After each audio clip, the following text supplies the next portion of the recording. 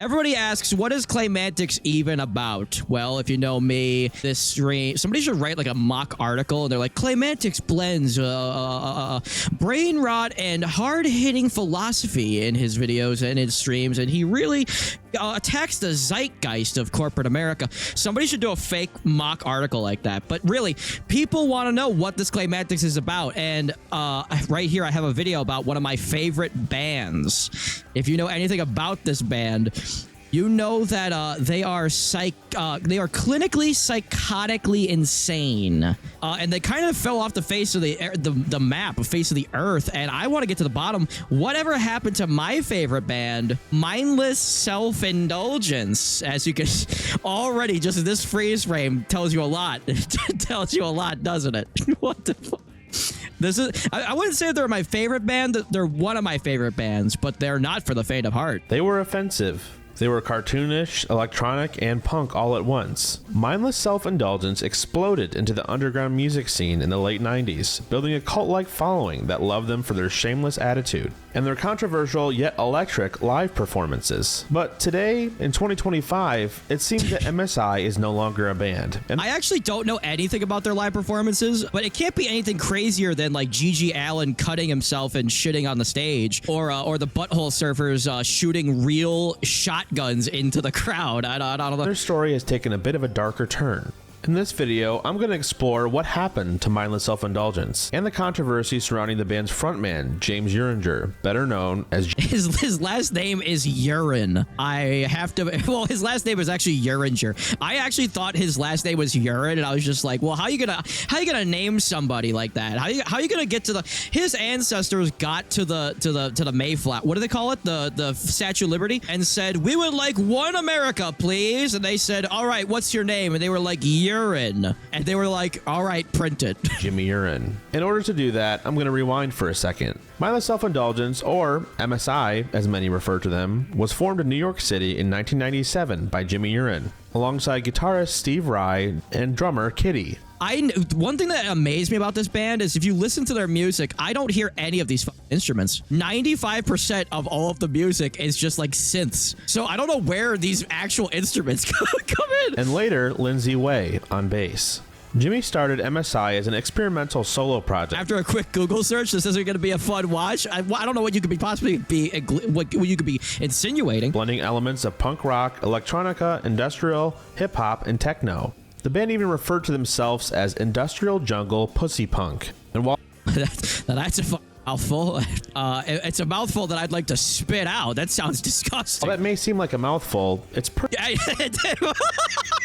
damn accurate. What set MSI apart from other underground acts at the time was their genre-defying energy, and their live performances were insane. The band didn't really fit into the punk scene. Their music itself is insane. Belong purely to electronic music either. They were a sonic middle finger to convention. Early tracks like Tornado and Bring the Pain, the latter being a cover of a Method Man song. This band, the lead singer, he's not afraid of using the N-word. Back in the day, it was like a cool thing. If you said the N-word, people were just like, oh, that's hilarious, dude. Nowadays, if you say it, you're going to jail. Showcased their volatile energy. They self-released their debut album, Tight, in 1999, and it quickly became an underground... This is all right. I remember this. I actually do remember this. The song Tight from them, not good. Not good. Hit through word of mouth. I hate when you find a band and you're like, wow, this is really good. And then like you dig a little bit deeper. You're like, oh God, what?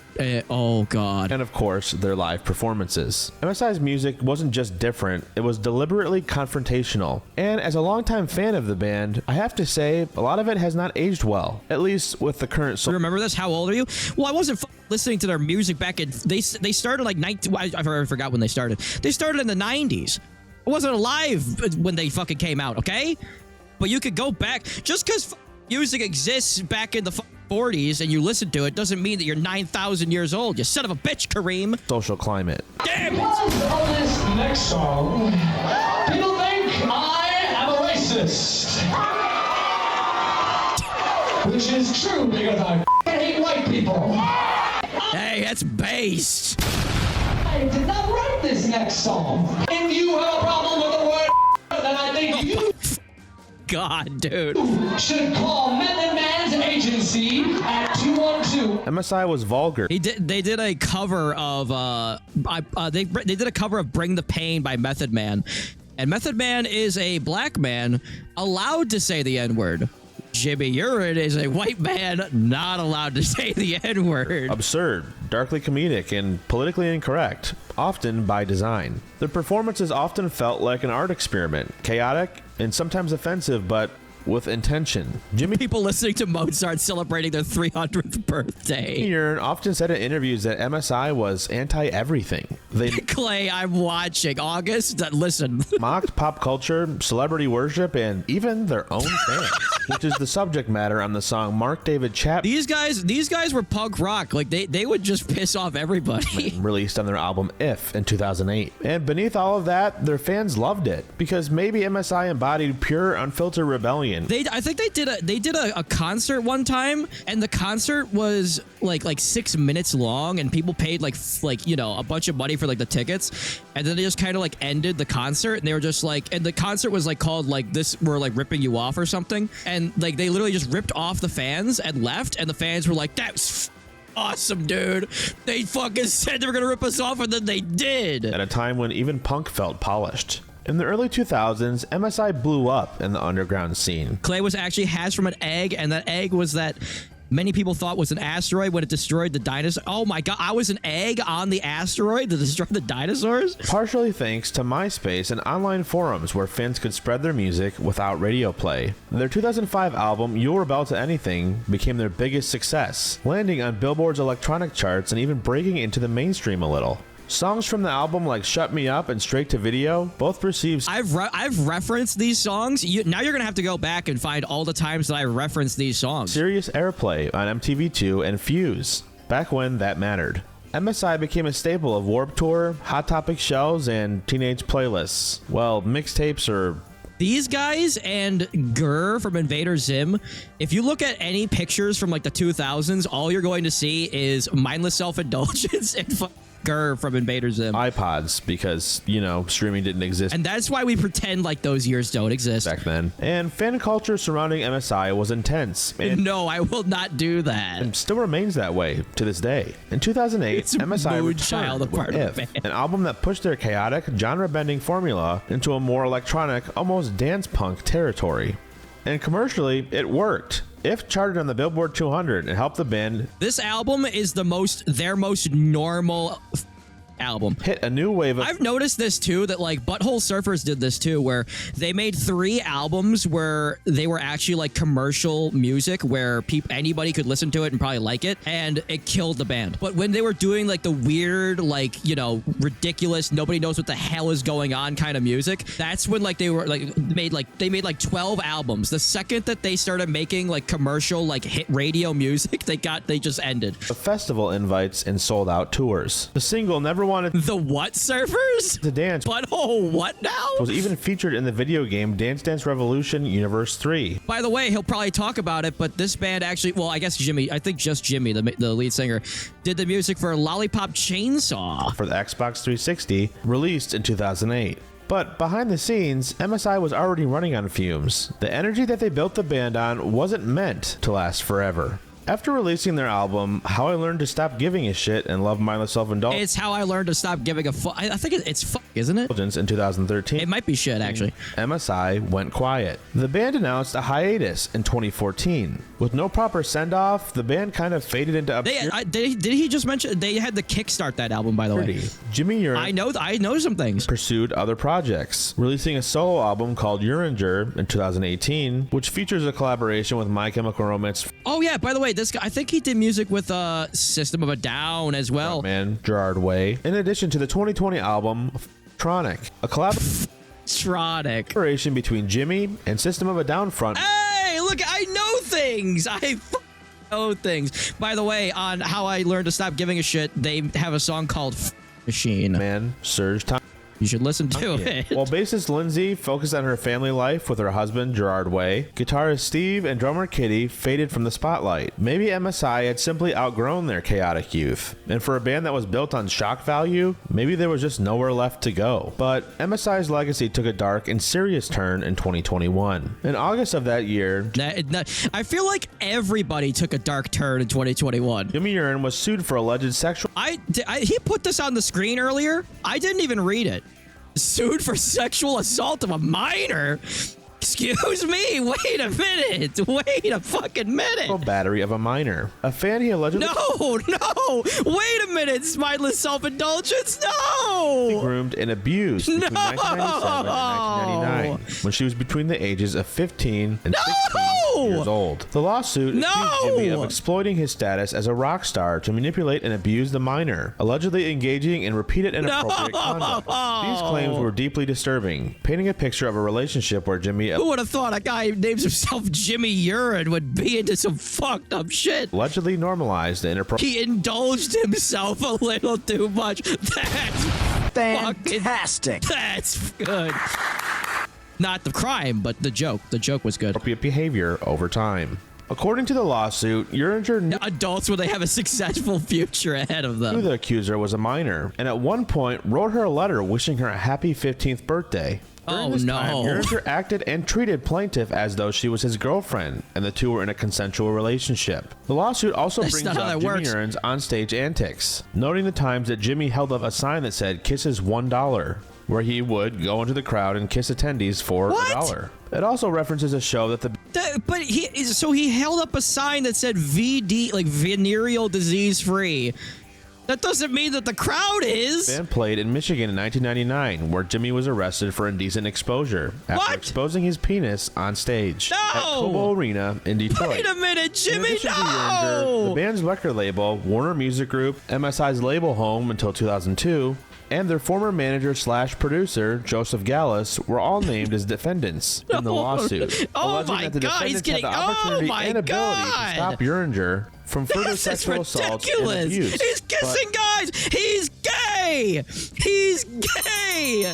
He ultimately chose not to. In March of 2024, the lawsuit... What the f*** is going on? Dude, I thought it was just wacky music, dude. Was dismissed with prejudice, meaning it cannot be refiled. The terms of the dismissal remain private. How does that happen? Leaving many questions unanswered and many fans feeling betrayed. So, in short, the charges were dismissed because the victim settled outside of court in an agreement not to take the case further. So this means he was never proven guilty or innocent in this case, and the exact details of the settlement remain unknown. While the dismissal technically closed the legal matter officially, the damage to MSI's reputation was permanent. For a band that built their platform on shock value, there was now a very real and serious consequence tied to that persona. So, how do you even talk about a band like Mindless Self-Indulgence now? Does bro have steel girder glasses? For a lot of people, was his glasses just carved from steel? This was music that they grew up with, myself included. This is one of the first CDs I ever bought with my own money. Seeing the band live at a venue that doesn't even exist anymore was one of the first shows I ever went to.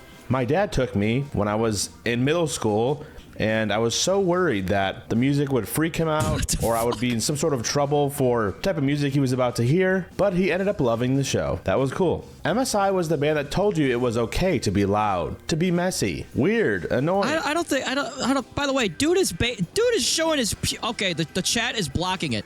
Dude is showing his almost his pube mound in that. Okay. Hyper. They made being too much feel more like a superpower. And sure, some of it was edgy just for the sake of being edgy, and a lot of their music has not aged very well. But when you're a teenager and you feel like the whole world is laughing at you, listening to MSI felt like they were laughing with you, or dare I say it, laughing at the world for you. A certain type of validation that you might not get from other music. And then the real life stuff hit. The lawsuit, the allegations, the realization that this guy that felt like a cartoon. You can't. Going out and kissing strangers is like in the crowd is ridiculous, dude. Character, this persona that you didn't even really know, might have caused real harm. There are people, like, men are terrified to even talk to women nowadays. This guy would just go out and kiss male, female, just in the street, like, basically in the street. These people are streetwalkers. To somebody. And suddenly, all that chaos, all the shock value humor, you start looking at it under a new microscope. It becomes reframed, or at least it did for me. I don't think that there's a clean way to process all of this. There never really is in situations like this. You can't. I just like the crazy music.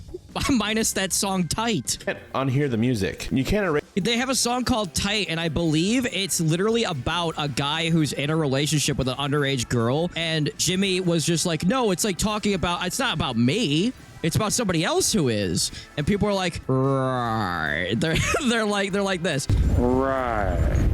And once I found that, I was like, okay, maybe I'll just stick to these 10 or so songs that I like that and never talk about this ever again. Erase what it meant. I had no idea that he was, oh my God. To you at some point in your life. But you can reevaluate it. And I think you should. You can't acknowledge that something good happened to you while also admitting the damage that it caused to others. As of right now, Jimmy is... Yeah, guys, I was just writing a song about it. That's all it was. living with his family in New Zealand. It's for a friend, I swear. MSI has remained silent and inactive, largely since 2014. And for me, MSI sits between formative and complicated in my music listening world. The band wasn't built to last forever, and maybe they were never supposed to. But that's going to be the end of this video. What did you think of this story? That's insane. Oh my god. I remember like hearing something about like, oh, he's in trouble, he's in problems. I was just like, I didn't want to look into it because I was just like, I don't want it to ruin the music, you know. The first album that I found from them was called Frankenstein Girls Will Seem Strangely Sexy, and that was an all right album. And then they had a straight to video. That song was good. And then they had If. That album was good. And then I was like, wait a minute. He's in some kind of trouble. What could the trouble be? Watch the video and oh my god, what the?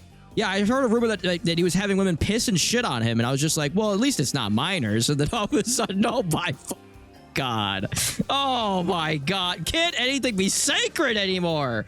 Can't anything be sacred? Can we just go back to the Frankenstein girls? Can we just go? Pissing I can understand, but shit. Wait, what?